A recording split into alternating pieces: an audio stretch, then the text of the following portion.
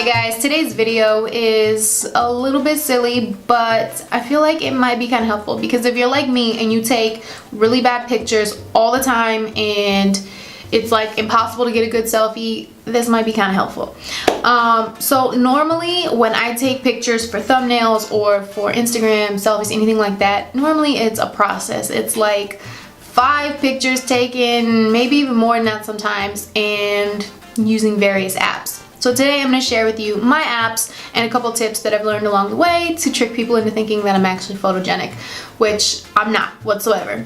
So tip number 1 for me, and this is most important, know your angles, because I don't know if I've told you this before, but my eyes are 2 different sizes. I was born with a birth defect kind of thing. It's called a lazy eye, and one is basically smaller than the other. It's my left one if you haven't noticed. I'm sure you probably, if you pay close attention, you can probably tell.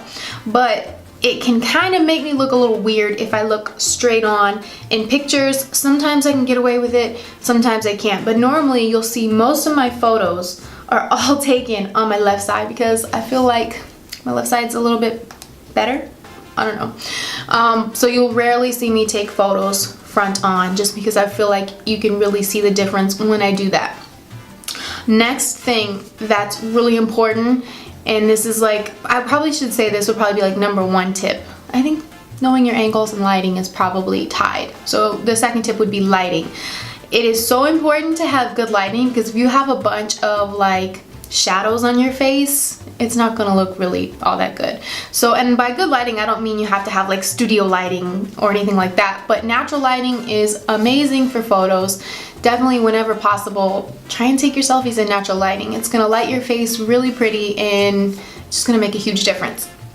The third tip, I guess I would say, if I was gonna put a third tip in there, is be realistic. We're not supermodels. We just want to look the best that we can. So don't be too hard on yourself. No photo's going to turn out perfect. But to get a good photo, there are a couple of apps that I do like to use. I'll try and insert like pictures of the little app icon because I know it's probably going to be kind of hard to see on my phone. I have a little box that I have just for photo apps.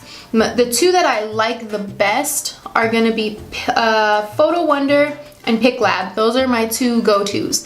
PicWonder I use for like kind of, it's more of like the editing stuff that I use. So I always go into edit and you can pick like a photo. Let's go in and see. Okay, so like this photo. You can go down here and there's different tabs at the bottom. There's edits, you can like crop, resize, all that stuff. But really pretty much the only thing I use this one for is there's a little beauty tab and you can go into skin and it's gonna smooth your skin for you. So makeup, yes, is great and it can only do so much, but if you have texture or you have pores and you don't really want all that showing, this is gonna be great. So I have some pretty large pores right here and I don't want them showing, and pore filler and all that stuff can only do so much. So if you look at my Instagram pictures and you think, dang, her skin's amazing, it's not, believe me. Because I've gotten that comment before and I'm like, whoa, thanks, but thanks to technology.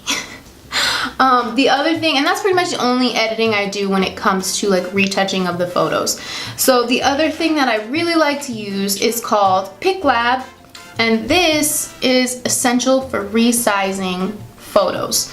So you can go single photo here and it'll let you do some edits and stuff too, but if you'll notice, like this photo right here is too long to fit in Instagram without cutting it all weird, and I don't want to like cut it in my face. So it basically puts it into a square for you, and then it just puts these little like a little background on there. So you can leave it white, you can change it to black, blue, you can do all that. But what's cool about this is you can actually, once you've got like the background color that you like, you can go in and you can put words on there, you can put little stickers, so all kinds of stuff. It's really cute. And this one I think it was a free app, but you can buy like sticker packages and stuff, so you can put little like sayings and stuff like that. And this is probably one of my favorite apps to use just in general, just because you can have a lot of fun with it. But those are like really my two go-to apps that I use for photo editing, and that's pretty much it. It's not really rocket science, but I know it can be frustrating when you are trying to take a good selfie and it doesn't come out good, because that is like the struggle of my life. And I know selfies are not like all that important, but we like to take good pictures now and then. So long story short, those are my few tips, and I hope this video was helpful. I know it's a little silly, but I thought you might like to know how I take my photos.